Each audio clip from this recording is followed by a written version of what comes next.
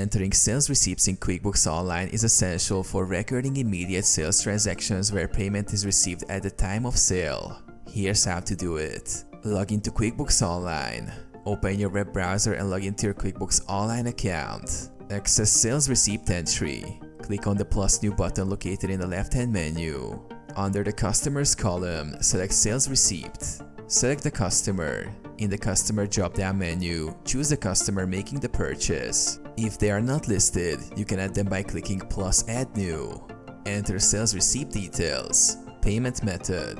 Select how the payment was made. Date. Set the date of the sale. Product or service. In the Product or Service column, choose the items sold or add new ones as needed. Quantity and rate. Enter the quantity sold and the rate for each item. QuickBooks will automatically calculate the total. Save the sales receipt. Review the information for accuracy. Click Save and Close or Save and New if you want to enter more sales receipts.